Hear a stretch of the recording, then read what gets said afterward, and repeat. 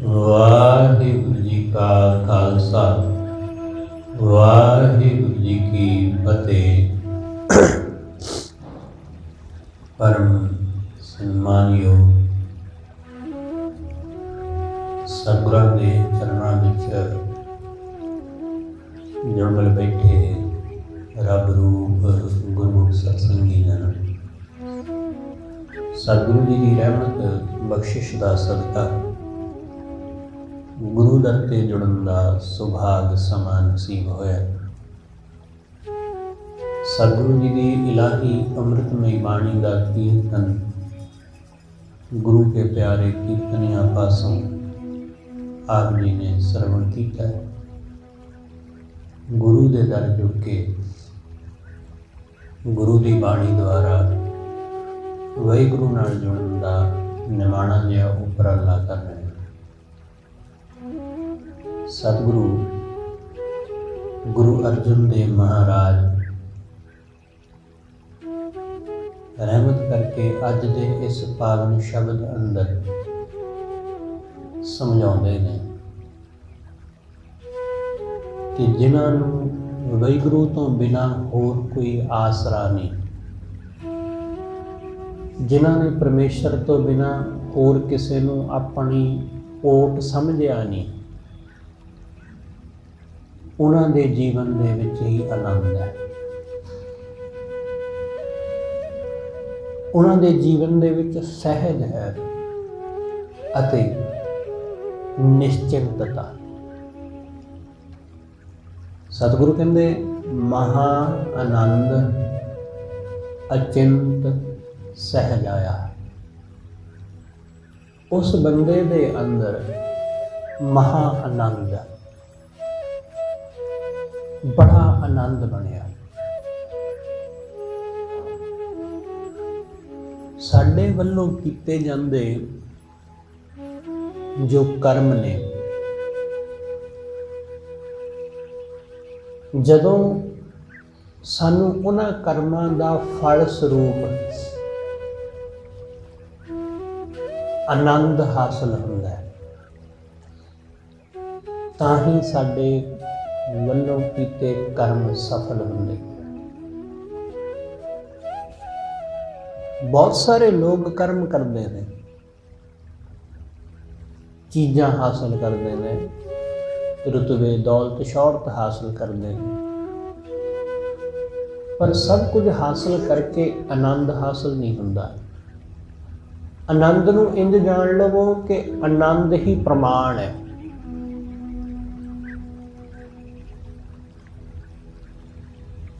ਕਿ ਕੁਛ ਵੀ ਕਰੋ ਤੇ ਆਨੰਦ ਮਿਲੇ। ਜੇ ਆਨੰਦ ਹਾਸਲ ਹੋ ਰਿਹਾ ਹੈ ਤਾਂ ਸਫਲ ਹੋ ਗਏ, ਤਾਂ ਗੱਲ ਬਣ ਗਈ। ਬਸ ਆਨੰਦ ਨੂੰ ਪ੍ਰਮਾਣ ਜਾਣੋ ਕਿ ਆਨੰਦ ਹੀ ਹੈ, ਕਿ ਸੇਵਾ ਕਰਕੇ ਆਨੰਦ ਆ ਰਿਹਾ ਹੈ ਤਾਂ ਸੇਵਾ ਸਫਲ ਹੋਈ ਹੈ। ਸਿਮਰਨ ਕਰਕੇ ਆਨੰਦ ਆ ਰਿਹਾ ਹੈ ਤਾਂ ਸਿਮਰਨ ਕਰਨਾ ਸਫਲ ਹੋਇਆ। ਉਸ ਦਾ ਕਥਾ ਕੀਰਤਨ ਸੁਣ ਕੇ ਮਨ ਵਿੱਚ ਆਨੰਦ ਪੈਦਾ ਹੋ ਰਿਹਾ ਹੈ ਤਾਂ ਸੁਣਨਾ ਸਫਲ ਹੋ ਰਿਹਾ ਹੈ। ਉਹਦਾ ਕਥਾ ਕੀਰਤਨ ਕਰਕੇ ਆਨੰਦ ਆ ਰਿਹਾ ਹੈ ਤਾਂ ਇਹ ਕਰਨਾ ਵੀ ਸਫਲ ਹੋ ਰਿਹਾ ਹੈ। ਬਸ ਆਨੰਦ ਹੀ ਇੱਕੋ ਇੱਕ ਜ਼ਰੀਆ ਹੈ ਜਾਣਨ ਦਾ। ਜੇ ਆਨੰਦ ਨਹੀਂ ਮਿਲ ਰਿਹਾ ਤਾਂ ਇਹ ਜਾਣੋ ਕਿ ਹਾਲੇ ਕੁਝ ਨਹੀਂ ਹਾਸਲ ਹੋਇਆ। ਬਸ ਆਨੰਦ ਨੂੰ ਨਤੀਜਾ ਸਮਝਣਾ ਕਿ ਆਨੰਦ ਹੀ ਸਭ ਕੁਝ ਹੈ। ਗੁਰੂ ਅਰਜਨ ਦੇਵ ਮਹਾਰਾਜ ਕਹਿੰਦੇ ਨੇ ਮਹਾ ਆਨੰਦ ਅਚਿੰਤ। ਅਚਿੰਤ ਕਿ ਚਿੰਤਾ ਤੋਂ ਰਹਿਤ, ਕੋਈ ਚਿੰਤਾ ਨਹੀਂ। ਚਿੰਤਾ ਸਾਨੂੰ ਕਿਉਂ ਹੁੰਦੀ ਹੈ? ਚਿੰਤਾ ਸਾਨੂੰ ਹੁੰਦੀ ਹੈ ਜਦੋਂ ਕੁਝ ਹਾਸਲ ਨਾ ਹੋ ਰਿਹਾ ਹੋਵੇ, ਜਦੋਂ ਕੋਈ ਡਰ ਹੋਵੇ ਮਨ ਵਿੱਚ, ਜੋ ਚਾਹੁੰਦੇ ਆ वो मिल नहीं रहा। जो प्राप्त करना चाहते हैं वो प्राप्त नहीं हो रहा। चिंता है उस चीज़ की, डर है किसी चीज़ का कि ये चीज़ खुस ना जाए, ये चली ना जाए, ਜਾਂ कोई मुसीबत ना आ जाए। बस ਇਹੋ ਜਿਹੀਆਂ ਸਾਡੀਆਂ चिंतावां ने। सतगुरु कहते बंदा इन्हां विच उलझिया रहिंदा ते इस उलझन विच वो आनंद नूं नहीं जान पाता, उन्होंने आनंद हासिल नहीं हुंदा। इस चक्कर विच उन्होंने आनंद की प्राप्ति नहीं हुंदी, क्योंकि उसनूं होर फिक्रां लगियां होईयां ने। जो चीज़ां कोल मौजूद ने वो उन्हां दा आनंद नहीं लैंदा, क्योंकि बहुत कुछ सानूं मिलिया होया, बड़ा कुछ सानूं प्राप्त होया। ते चिंता किस चीज़ की है? चिंता उस चीज़ की है जो है नहीं कोल। घर दे विच सुख सहूलतां हैगियां, पर तृष्णा ये लगी हुई है कि होर मिले, होर चीज़ां होण, होर पैसा होवे, ਵੱਡਾ घर होवे, इस तो वधिया होवे, इस तो वधिया कार होवे, वो नहीं हासिल हो रहा। इस करके मन चिंता विच है, लोग दुखी हो रहे हैं। उस चीज़ लिए दुखी हो रहे हैं जो है ही नहीं। बीमारी है नहीं पर दुखी हो रहे हैं कि बीमारी आ ना जावे, रोग आ ना जावे, उस करके चिंता कर रहे हैं। तो इहो जिहा बंदा वो तंदुरुस्ती का आनंद नहीं लै पाता। उन्होंने जो चीज़ां मिलियां हुई घर दे विच उन्हां चीज़ां का सुख नहीं लैंदा। जो नहीं है उन्होंने सोच सोच के कुरजदा है, खपदा है, दुखी हुंदा है। जो रुतबा मिलिया होया उस रुतबे का आनंद नहीं लैंदा, होर हासिल करन दी इच्छा रखदा है, तो होर वड्डा रुतबा हासिल नहीं हुंदा, इसलिए दुखी हुंदा है। सतगुरु कहंदे कि इस तरह सुख नहीं मिलता, इस तरह आनंद नहीं मिलता। महा आनंद अचिंत सहज आया। जदों उस वाहिगुरू दे उत्ते भरोसा पूरा, उहदे ते ही विश्वास कि उहदे तो बिना होर कोई है ही नहीं, तो सतगुरु कहंदे आनंद ही आनंद है। मन दीयां चिंतावां मिट जांदियां, मन दीयां सब फिक्रां मिट जांदियां। ये ख्याल रखना कि जदों असीं गुरु दे चरनां दे विच सब दा भला मंगदे हां कि सब दा भला होवे, सरबत दे भले दी अरदास करदे हां कि हे वाहिगुरू सब दे उत्ते रहमत करी, सब दा जीवन सवरे, सब नूं सुख मिले, सब नूं आनंद मिले। जदों असीं सब दा भला मंगदे हां तां उस दे विच उस मंगण विच ही बड़ा आनंद हुंदा है। जरा गौर करना, बेशक असीं अरदास दे विच ये गल जरूर कहने हां कि सरबत दा भला, पर साडा उत्थे ध्यान नहीं हुंदा। सरबत दा भला जो भी बंदा मंगदा है उस बंदे दा आप दा कदे बुरा नहीं हुंदा।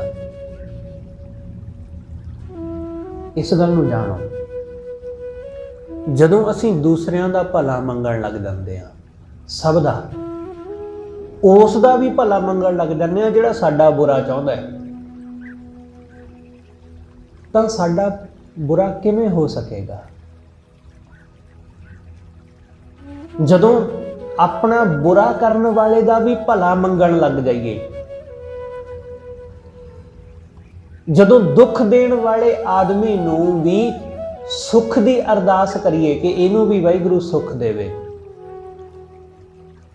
ਤਦੋਂ ਕੋਈ ਵੀ ਸਾਨੂੰ ਦੁੱਖ ਨਹੀਂ ਪਹੁੰਚਾਉਂਦਾ, ਕੋਈ ਪਹੁੰਚਾ ਸਕਦਾ ਹੀ ਨਹੀਂ, ਕੋਈ ਦੁੱਖ ਦੇ ਸਕਦਾ ਹੀ ਨਹੀਂ। ਇਸ ਲਈ ਸਤਿਗੁਰੂ ਕਹਿੰਦੇ, ਹੁਣ ਉਸ ਸ਼ਬਦ ਤੋਂ ਪਹਿਲਾਂ ਗੁਰੂ ਸਾਹਿਬ ਨੇ ਸਾਨੂੰ ਕੀ ਕਿਹਾ ਕਿ ਨਾਮ, ਨਾਨਕ ਨਾਮ, ਜਿਨ੍ਹਾਂ ਦੇ ਕੋਲ ਹੈ ਨਾਮ, ਵਾਹਿਗੁਰੂ ਦਾ ਨਾਮ, ਪਰਮੇਸ਼ਰ ਦੀ ਬੰਦਗੀ, ਉਹਨਾਂ ਦੇ ਜੀਵਨ ਦੇ ਵਿੱਚ ਆਉਂਦੀ ਹੈ ਚੜ੍ਹਦੀ ਕਲਾ। ਨਾਨਕ ਨਾਮ ਚੜ੍ਹਦੀ ਕਲਾ। ਜਿਨ੍ਹਾਂ ਨੇ ਵਾਹਿਗੁਰੂ ਦੇ ਨਾਮ ਨੂੰ ਸਿਮਰਿਆ ਉਹ ਆਨੰਦ ਵਿੱਚ ਨੇ, ਉਹ ਸੁੱਖ ਵਿੱਚ ਨੇ, ਉਹ ਨਿਸ਼ਚਿੰਤ ਨੇ, ਉਹ ਸਹਿਜ ਵਿੱਚ ਨੇ। ਤੇ ਫਿਰ ਬੰਦਾ ਜਦੋਂ ਆਨੰਦ ਵਿੱਚ ਹੈ, ਸਹਿਜ ਵਿੱਚ ਹੈ, ਉਹ ਸਭ ਦਾ ਭਲਾ ਮੰਗਦਾ ਹੈ ਕਿ ਵਾਹਿਗੁਰੂ ਸਭ ਦਾ ਭਲਾ ਹੋਵੇ। ਸਤਿਗੁਰੂ ਕਹਿੰਦੇ, ਨਾਨਕ ਨਾਮ ਚੜ੍ਹਦੀ ਕਲਾ, ਤੇਰੇ ਭਾਣੇ ਸਰਬੱਤ ਦਾ ਭਲਾ। ਇਸ ਲਈ ਨਾਮ ਆਪਣੇ ਜੀਵਨ ਵਿੱਚ ਲੈ ਆਓ। ਆਨੰਦ, ਅਚਿੰਤ, ਨਿਸ਼ਚਿੰਤਤਾ ਤੇ ਸਹਿਜ, ਇਹ ਆਪਣੇ ਆਪ ਆ ਜਾਵੇਗਾ। ਅਸੀਂ ਆਨੰਦ ਲਿਆਉਣਾ ਚਾਹੁੰਦੇ ਹਾਂ, ਪਰ ਨਾਮ ਸਾਡੇ ਜੀਵਨ ਵਿੱਚ ਹੈ ਨਹੀਂ। ਅਸੀਂ ਚਾਹੁੰਦੇ ਹਾਂ ਚਿੰਤਾਵਾਂ ਤੋਂ ਮੁਕਤ ਹੋ ਜਾਈਏ, ਪਰ ਨਾਮ ਸਾਡੇ ਜੀਵਨ ਵਿੱਚ ਹੈ ਨਹੀਂ। ਅਸੀਂ ਚਾਹੁੰਦੇ ਹਾਂ ਕਿ ਸਾਡਾ ਮਨ ਟਿਕ ਜਾਵੇ, ਸ਼ਾਂਤ ਹੋ ਜਾਏ, ਸਹਿਜ ਵਿੱਚ ਆ ਜਾਏ, ਪਰ ਨਾਮ ਹੈ ਨਹੀਂ। ਉਸ ਇੱਕ ਦੇ ਆ ਜਾਣ ਨਾਲ ਸਭ ਆ ਜਾਂਦਾ ਹੈ। ਇਸ ਲਈ ਗੁਰੂ ਅਰਜਨ ਦੇਵ ਮਹਾਰਾਜ ਕਹਿੰਦੇ ਨੇ, ਮਹਾ ਆਨੰਦ ਅਚਿੰਤ ਸਹਿਜ ਆਇਆ, ਦੁਸ਼ਮਨ ਦੂਤ ਮੂਏ ਸੁਖ ਪਾਇਆ। ਦੁਸ਼ਮਨ ਦੂਤ ਸਭ ਮਰ ਗਏ। ਜਦੋਂ ਦੁਸ਼ਮਣ ਮਰ ਗਏ ਤਾਂ ਮੈਂ ਬੜਾ ਸੁੱਖ ਪਾਇਆ। ਇੱਥੇ ਦੁਸ਼ਮਣ ਦਾ ਮਰਨ ਦਾ ਮਤਲਬ ਇਹ ਨਹੀਂ ਹੈ ਕਿ ਜਿਹੜਾ ਤੁਹਾਡਾ ਕੋਈ ਵੈਰੀ ਹੈ, ਜਿਹਦੇ ਨਾਲ ਕੋਈ ਤੁਹਾਡਾ ਵੈਰ ਵਿਰੋਧ ਹੈ, ਉਹ ਮਰ ਗਿਆ ਤੇ ਸੁੱਖ ਮਿਲਿਆ। ਖਿਆਲ ਰੱਖਣਾ ਕਿ ਬਾਹਰੀ ਦੁਸ਼ਮਣਾਂ ਦੇ ਮਰਨ ਨਾਲ ਸੁੱਖ ਨਹੀਂ ਜੇ ਮਿਲਦੇ। ਕੋਈ ਬੰਦਾ ਸਾਡਾ ਵਿਰੋਧੀ ਹੈ, ਕੋਈ ਸਾਨੂੰ ਨਫ਼ਰਤ ਕਰਦਾ ਹੈ, ਕੋਈ ਸਾਡੇ ਰਾਹ ਵਿੱਚ ਰੋੜਾ ਬਣਦਾ ਹੈ, ਉਹ ਬੰਦਾ ਮਰ ਜਾਵੇ ਤਾਂ ਉਹਦੇ ਮਰਨ ਨਾਲ ਸੁੱਖ ਮਿਲ ਜਾਏਗਾ। ਇਹ ਕਦੇ ਸੁਣਨ ਵਿੱਚ ਨਹੀਂ ਆਇਆ। ਕਿਸੇ ਦੀ ਮੌਤ ਸੁੱਖ ਨਹੀਂ ਦਿੰਦੀ। ਇੱਥੇ ਕਿਹੜੇ ਦੁਸ਼ਮਣ ਦੀ ਗੱਲ ਗੁਰੂ ਕਰ ਰਿਹਾ ਹੈ? ਇੱਥੇ ਸਤਿਗੁਰੂ ਗੱਲ ਕਰ ਰਹੇ ਨੇ ਕਿ ਜਦੋਂ ਸਾਡੇ ਅੰਦਰ ਦੇ ਵੈਰੀ, ਸਾਡੇ ਅੰਦਰ ਦੇ ਔਗਣ ਮਰ ਜਾਂਦੇ ਨੇ, ਤਦੋਂ ਸੁੱਖ ਮਿਲਦਾ ਹੈ। ਜਦੋਂ ਸਾਡੇ ਅੰਦਰ ਦਾ ਵੈਰ ਮਿਟ ਜਾਂਦਾ ਹੈ, ਤਦੋਂ ਸੁੱਖ ਹਾਸਲ ਹੁੰਦਾ ਹੈ। ਵੈਰੀ ਦੇ ਮਰਨ ਤੇ ਖਿਆਲ ਰੱਖਣਾ, ਜੇ ਕੋਈ ਸਾਡਾ ਵਿਰੋਧੀ, ਕੋਈ ਦੁਸ਼ਮਣ ਮਰ ਜਾਵੇ ਤਾਂ ਉਹਦੀ ਖੁਸ਼ੀ ਨਹੀਂ ਮਨਾਈਦੀ। ਸਾਡੇ ਗੁਰੂ ਸਾਹਿਬ ਨੇ ਸਾਨੂੰ ਇਹੀ ਸਿਖਾਇਆ ਕਿ ਦੁਸ਼ਮਣ ਦੇ ਮਰਨ ਤੇ ਕਦੇ ਖੁਸ਼ੀ ਨਹੀਂ ਕਰੀਦੀ, ਕਿਉਂਕਿ ਦੁਸ਼ਮਣ ਨਹੀਂ ਬਚਿਆ, ਬਚਣਾ ਤਾਂ ਅਸੀਂ ਵੀ ਨਹੀਂ, ਬਚਣਾ ਤੇ ਅਸੀਂ ਵੀ ਨਹੀਂ। ਇਸ ਲਈ ਕਦੇ ਵੈਰੀ ਦੇ ਮਰਨ ਉੱਤੇ, ਵਿਰੋਧੀ ਦੇ ਮਰਨ ਤੇ ਖੁਸ਼ੀ ਨਹੀਂ ਕਰੀਦੀ। ਇਹ ਮੂਰਖ ਲੋਕਾਂ ਦੇ ਕੰਮ ਹੁੰਦੇ ਨੇ। ਇਹ ਮੂਰਖ ਲੋਕ ਐਸਾ ਕੰਮ ਕਰਦੇ ਨੇ ਕਿ ਜਦੋਂ ਕਿਸੇ ਦੂਸਰੇ ਨੂੰ ਦੁੱਖ ਮਿਲਦਾ ਤਾਂ ਖੁਸ਼ ਹੁੰਦੇ ਨੇ। ਵਿਰੋਧੀ ਦੇ ਘਰ ਵਿੱਚ ਦੁੱਖ ਆਇਆ ਤੇ ਬੜਾ ਖੁਸ਼ ਹੋਇਆ। ਕਈ ਲੋਕ ਕਹਿੰਦੇ ਨੇ ਚੰਗਾ ਹੋਇਆ, ਇਹਦੇ ਨਾਲ ਐਸਾ ਹੀ ਹੋਣਾ ਚਾਹੀਦਾ ਸੀ। ਨਹੀਂ, ਐਸਾ ਨਹੀਂ। ਬੇਸ਼ੱਕ ਉਹ ਤੁਹਾਡਾ ਵੈਰੀ ਹੋ ਸਕਦਾ ਹੈ, ਬੇਸ਼ੱਕ ਉਹ ਦੁਸ਼ਮਣ ਹੋ ਸਕਦਾ ਹੈ, ਬੇਸ਼ੱਕ ਉਹ ਤੁਹਾਡੇ ਰਾਹ ਦੇ ਵਿੱਚ ਹਰ ਵੇਲੇ ਮੁਸੀਬਤ ਖੜੀ ਕਰਦਾ ਹੋਵੇ, ਪਰ ਉਹਦੇ ਦੁੱਖ ਨੂੰ ਦੇਖ ਕੇ ਸੁਖੀ ਨਹੀਂ ਹੋਈਦਾ। ਸਿੱਖੀ ਦਾ ਇਹ ਮਾਰਗ ਹੈ। ਖੁਸ਼ੀਆਂ ਨਹੀਂ ਮਨਾਈ ਦੀਆਂ ਕਿਸੇ ਦਾ ਦੁੱਖ ਦੇਖ ਕੇ। ਸਤਿਗੁਰੂ ਕਹਿੰਦੇ ਜਦੋਂ ਬੰਦੇ ਦੇ ਅੰਦਰੋਂ ਵੈਰੀ ਮਿਟ ਜਾਂਦੇ ਨੇ, ਸਾਡੇ ਅਸਲ ਵੈਰੀ ਸਾਡੇ ਅੰਦਰ ਦੇ ਵਿਕਾਰ ਨੇ, ਸਾਡੇ ਅੰਦਰ ਦੀਆਂ ਵਾਸ਼ਨਾਵਾਂ ਨੇ। ਇਹਨਾਂ ਨੂੰ ਮਿਟਾਉਣ ਦਾ ਯਤਨ ਕਰਨਾ। ਜਦੋਂ ਅੰਦਰੋਂ ਵਾਸਨਾ ਮਿਟੇ ਫਿਰ ਖੁਸ਼ੀ ਮਨਾਓ। ਜਦੋਂ ਅੰਦਰੋਂ ਵੈਰ ਵਿਰੋਧ ਮਿਟੇ ਫਿਰ ਰੱਖੋ ਪਾਰਟੀ, ਫਿਰ ਗੱਲ ਬਣੀ, ਫਿਰ ਆਨੰਦ ਬਣਿਆ। ਜਦੋਂ ਅੰਦਰੋਂ ਕਾਮ ਮਿਟ ਗਿਆ, ਕ੍ਰੋਧ ਮਿਟ ਗਿਆ, ਲੋਭ ਮਿਟ ਗਿਆ, ਹੰਕਾਰ ਮਿਟ ਗਿਆ, ਮੋਹ ਮਿਟ ਗਿਆ, ਈਰਸ਼ਾ ਮਿਟ ਗਈ, ਨਫ਼ਰਤ ਮਿਟ ਗਈ, ਆਸਾ ਤ੍ਰਿਸ਼ਨਾ ਇਹ ਮਿਟ ਗਈਆਂ, ਫਿਰ ਮਨਾਓ ਆਨੰਦ। ਸਤਿਗੁਰੂ ਕਹਿੰਦੇ ਇਹਨਾਂ ਦੇ ਮਿਟਦਿਆਂ ਹੀ, ਇਹਨਾਂ ਵੈਰੀਆਂ ਦੇ ਖਤਮ ਹੁੰਦਿਆਂ ਹੀ ਸੁੱਖ ਪਾਇਆ। ਇਹਨਾਂ ਦੇ ਮਿਟਿਆਂ ਸੁੱਖ ਪਾਇਆ। ਇਸ ਲਈ ਆਪਣੇ ਮਨ ਦੇ ਵਿਕਾਰਾਂ ਨੂੰ ਖਤਮ ਕਰਨ ਦਾ ਯਤਨ ਕਰਨਾ, ਉਹਨਾਂ ਲਈ ਹਮੇਸ਼ਾ ਯਤਨਸ਼ੀਲ ਰਹਿਣਾ, ਤਿਆਰ ਬਰ ਤਿਆਰ। ਤੁਸੀਂ ਸੁਣਿਆ ਨਾ ਸ਼ਬਦ ਕਿ ਖਾਲਸਾ ਸੋਏ ਜੋ ਕਰੈ ਨਿਤ ਜੰਗ, ਕਿ ਖਾਲਸਾ ਉਹ ਹੈ ਜਿਹੜਾ ਨਿਤ ਜੰਗ ਕਰਦਾ। ਨਿਤ ਜੰਗ ਦਾ ਮਤਲਬ ਕੀ ਹੈ? ਕਿ ਉਹ ਹਰ ਕਿਸੇ ਨਾਲ ਆਂਢੀ ਗੁਆਂਢੀ ਨਾਲ ਪੰਗੇ ਲੈਂਦਾ ਫਿਰਦਾ? ਨਹੀਂ, ਜਿਹੜਾ ਨਿਤ ਆਪਣੇ ਮਨ ਦੇ ਵਿਕਾਰਾਂ ਨਾਲ ਲੜਦਾ ਹੈ, ਜਿਹੜਾ ਨਿਤ ਜੂਝਦਾ ਹੈ, ਉਹ ਕਾਮ ਮਗਰ ਲੱਗ ਕੇ ਦੂਸਰੇ ਦੇ ਰੂਪ ਨੂੰ ਗਲਤ ਭਾਵਨਾ ਨਾਲ ਨਹੀਂ ਤੱਕਦਾ। ਉਹ ਵਾਸਨਾ, ਉਹ ਕ੍ਰੋਧ ਮਗਰ ਲੱਗ ਕੇ ਕਿਸੇ ਨਾਲ ਮੰਦਾ ਵਿਵਹਾਰ ਨਹੀਂ ਕਰਦਾ। ਉਹ ਮੋਹ ਵਿੱਚ ਆ ਕੇ ਅੰਨਾ ਨਹੀਂ ਹੁੰਦਾ, ਉਹ ਲੋਭੀ ਨਹੀਂ ਹੁੰਦਾ। ਉਹ ਲੋਭ ਨਾਲ ਲੜਦਾ ਹੈ, ਉਹ ਮੋਹ ਨਾਲ ਲੜਦਾ ਹੈ, ਉਹ ਕ੍ਰੋਧ ਨਾਲ ਲੜਦਾ ਹੈ, ਕਾਮ ਨਾਲ ਲੜਦਾ ਹੈ, ਨਿਤ ਜੂਝਦਾ ਹੈ। ਤੇ ਐਸਾ ਨਿਤ ਜੂਝਣ ਵਾਲਾ ਉਹੀ ਖਾਲਸਾ ਹੈ। ਇਸ ਲਈ ਸਤਿਗੁਰੂ ਸਮਝਾਉਂਦੇ, ਜਦੋਂ ਕਾਮ ਕ੍ਰੋਧ ਨਾਲ, ਵਾਸਨਾਵਾਂ ਨਾਲ ਬੰਦਾ ਨਿਤ ਜੂਝਦਾ ਹੈ ਤੇ ਉਹਨਾਂ ਨੂੰ ਹਰਾਉਂਦਾ ਹੈ। ਵਾਸਨਾਵਾਂ ਨੂੰ ਹਰਾਉਣਾ, ਨਾ ਕਿ ਵਾਸਨਾਵਾਂ ਦੇ ਹੱਥੋਂ ਹਾਰਨਾ। ਕਿਉਂਕਿ ਇਹਨਾਂ ਵਾਸਨਾਵਾਂ ਨੂੰ ਮਿਟਾਉਣਾ ਬਹੁਤ ਔਖਾ ਹੈ। ਇਹਨੂੰ ਮਿਟਾ ਨਹੀਂ ਸਕਦੇ ਅਸੀਂ, ਖਤਮ ਨਹੀਂ ਕਰ ਸਕਦੇ ਇਸ ਨੂੰ। ਕਿਉਂਕਿ ਵਾਹਿਗੁਰੂ ਨੇ ਸਾਡੇ ਸਰੀਰ ਦਾ ਸਿਸਟਮ ਹੀ ਕੁਛ ਇਸ ਤਰੀਕੇ ਨਾਲ ਬਣਾਇਆ ਕਿ ਇਹਨਾਂ ਵਾਸਨਾਵਾਂ ਨੂੰ ਖਤਮ ਨਹੀਂ ਕੀਤਾ ਜਾ ਸਕਦਾ,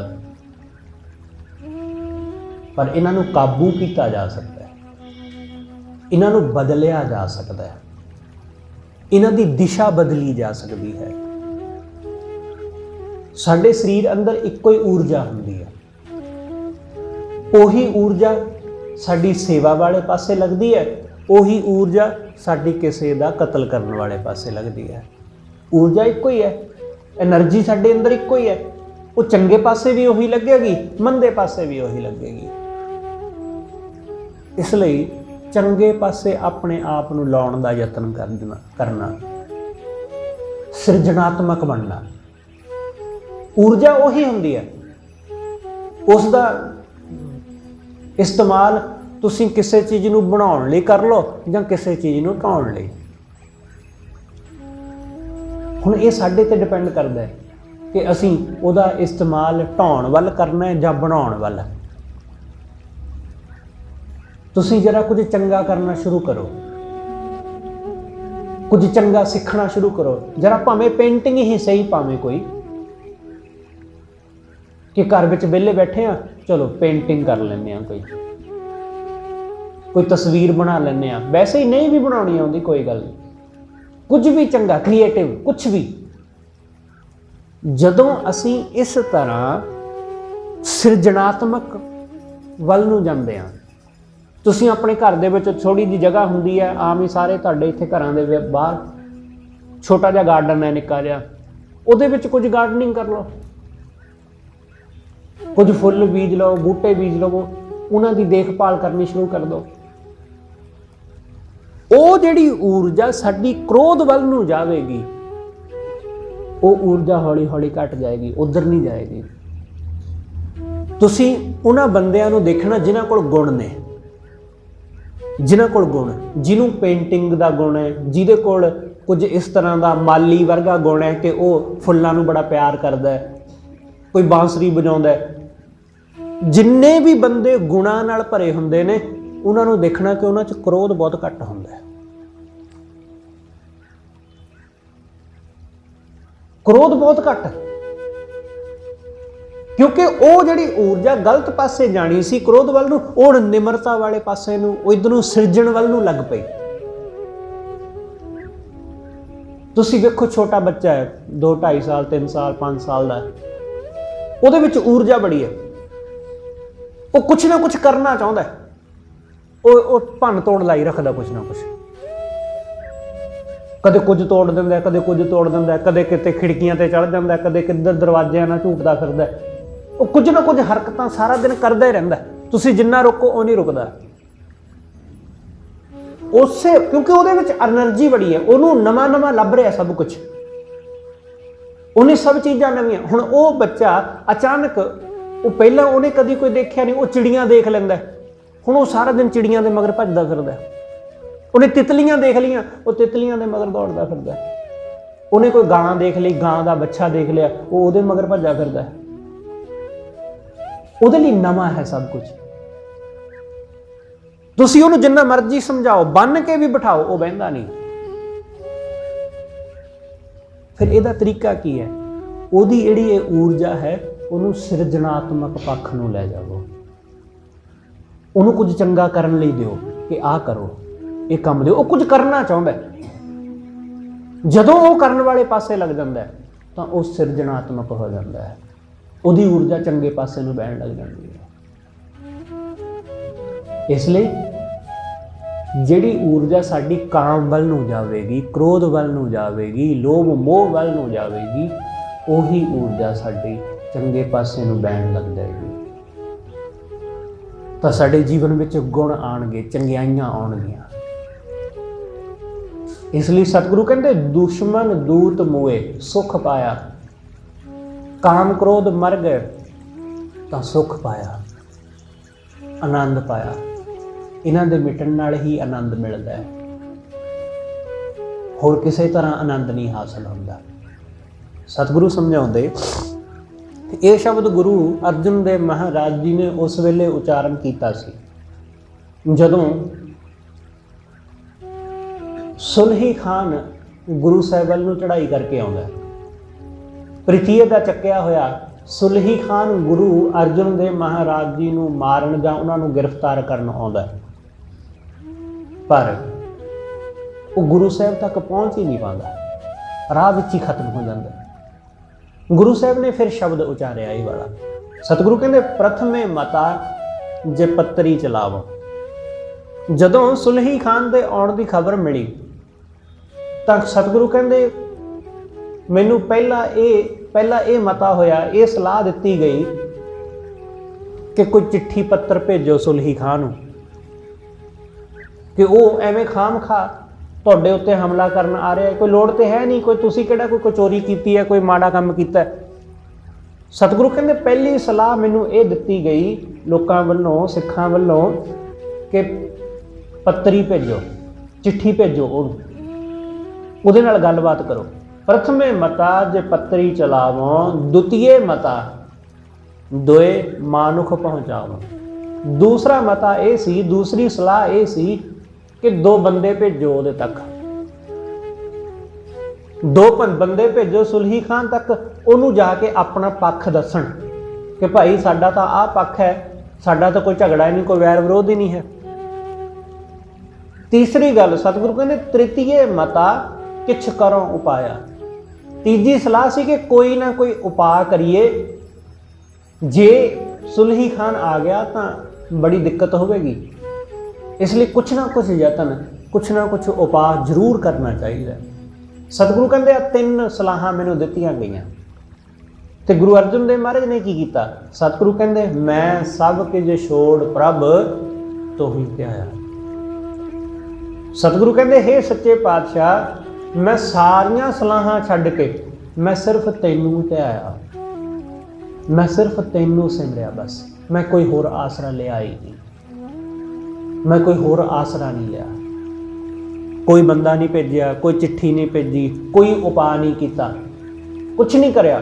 बस तेरे चरणों में अरदास के तू जो करेगा चंगा, तू जो करेगा उही भला, असीं उहदे विच राजी।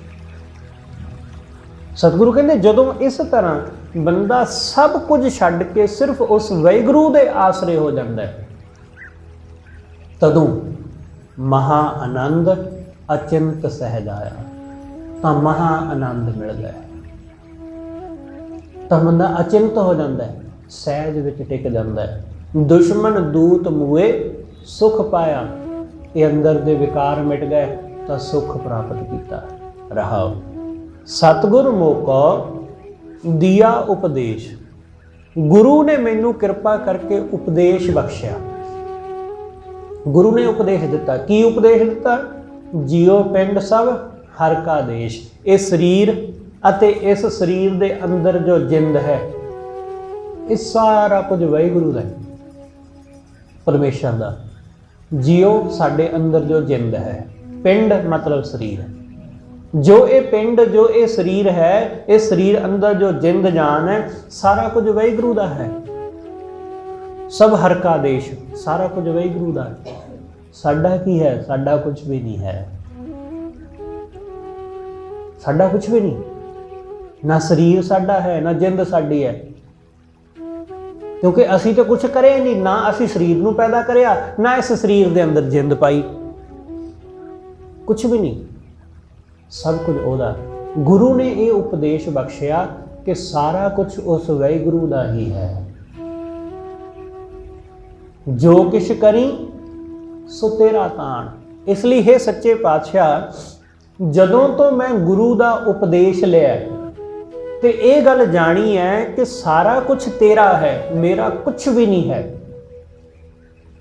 उस दिन तो उस पल तो मैं जो कुछ भी करदा वां, मैं यही जानदा वां कि तू कराउणा मेरे कोल। जो कुछ करी सो तेरा ताण। मैं जो कुछ भी करदा वो तेरे ताण, तेरे बल करके।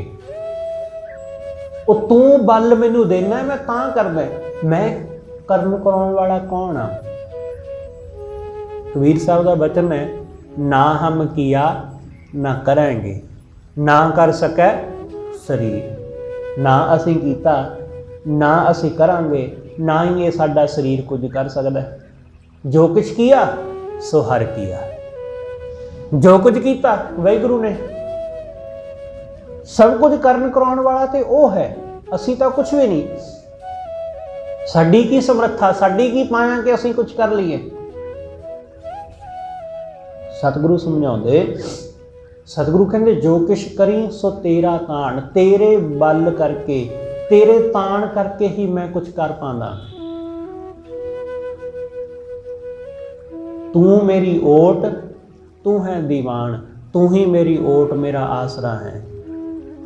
तू ही मेरा दीवान, तू ही मेरा सहारा है। तेरे तो बिना होर कोई नहीं। तुदनो छोड़ जाइए प्रभ कैं तर। हे सच्चे पातशाह तैनू छड्ड के होर असी किहदे दर जाइए? होर कोई साडी धर है ही नहीं, होर कोई साडा आसरा है ही नहीं। किहदे कोल जाइए? कोई नज़र ही नहीं आउंदा। आन ना बिया तेरी समसर, आन कोई होर, बिया कोई दूसरा, समसर तेरे बराबर। तेरे बराबर कोई दूसरा होर दिखाई नहीं दिंदा। सतगुरु कहते होर कोई है ही नहीं। कोई होर होवे उहदे बराबर तां उहदे दर जाइए। कोई होना भी चाहिए ना कि उहदे बराबर जां उस तो वड्डा। कोई साडा काम है वो किसी सरकारी दफ्तर विच होना है, वो मुलाजम नहीं करता साडा काम, तां असीं की करदे हां? असीं उस तो वड्डे अफसर दे कोल चले जांदे हां, जां कितों सिफारिश पवाउंदे हां कि साडा काम हो जाए।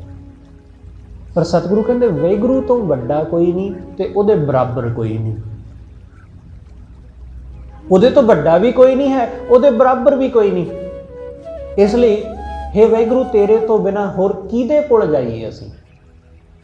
सतगुरु कहने मैं चारे कुन्ना भालियां तुद जेवड़ ना साइयां।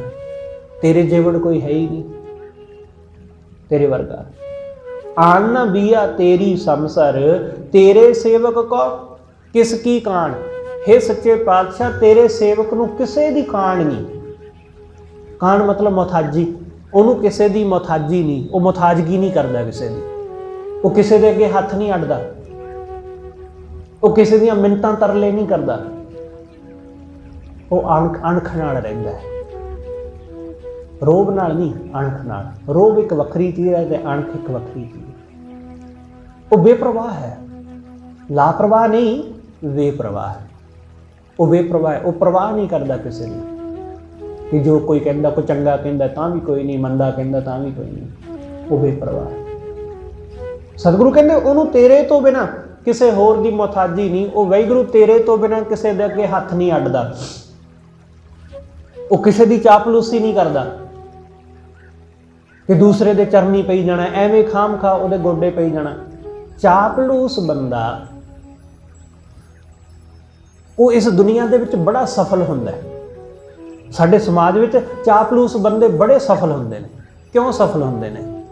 क्योंकि वो जिन्हां लोकां दी चापलूसी करदे ने वो इन्ने सियाणे नहीं हुंदे। उन्हां नूं इह लगदा है, चापलूस बंदे दा तुसीं देखना कि वो वड्डे तो वड्डा झूठ भी बोल देवे तां सुनने वाले नूं उहनूं इह लगदा है कि यही एक बंदा है जिन्हें मैनूं पहचानिया। चापलूस बंदा चापलूसी करता है कि जी तुहाडे जैसा कौन है। मैं सुनिया कि चंदू नौकरी करदा सी किसी दे कोल, नौकरी करदा सी, शैफ सी, कुक लगा होया सी ते बड़े अफसर दे घर सी। भिंडी दी सब्जी बनाई चंदू ने, सब्जी बनी, सब्जी उस दिन बड़ी स्वाद बनी। उस अफसर ने कहा कि चंदू अज तो बड़ी स्वाद सब्जी बनी है, ऐसी सब्जी तो मैं कभी खाधी नहीं। चंदू ने कहा कि मालिक भिंडी बहुत वधिया सब्जी है, बड़ी ताकत है ये, ये तो बड़े पौष्टिक तत्तां नाल भरी हुई है, जिहड़ा बंदा इहनूं खांदा है वो तो तंदुरुस्त रहिंदा है, उहदी ते वो कदे बीमार नहीं हुंदा। चंदू ने वो सिफतां कीतियां भिंडी दियां। मालिक ने कहा अच्छा ऐसे गुण ने इहदे विच, ठीक है कल नूं फिर भिंडी बने। दूसरे दिन फिर भिंडी बनी। मालिक ने उस दिन फिर सिफत की कि चंदू तेरे ते हत्थां विच जादू है, तू तो बड़ी सब्जी स्वाद बनाउणा है। चंदू ने फिर भिंडी दियां सिफतां कीतियां। तीसरे दिन फिर भिंडी बनी। जदों भिंडी बनी, हुण क्योंकि एक दिन हो गया, 2 दिन हो गया, हुण तो सवेरे शाम तीनों टाइम भिंडी मिल रही सी उहनूं। तीसरे दिन भी इसे तरह। चौथे दिन जदों भिंडी की सब्जी मालिक के सामने रखी, उन्हें खाधी, उन्हें कहा की रोज़ भिंडी लिया के रख दिना, कुछ होर बना लेंदा। चंदू ने कहा जी भिंडी वर्गी तो घटिया सब्जी कोई नहीं है, इन्नी नकम्मी सब्जी है।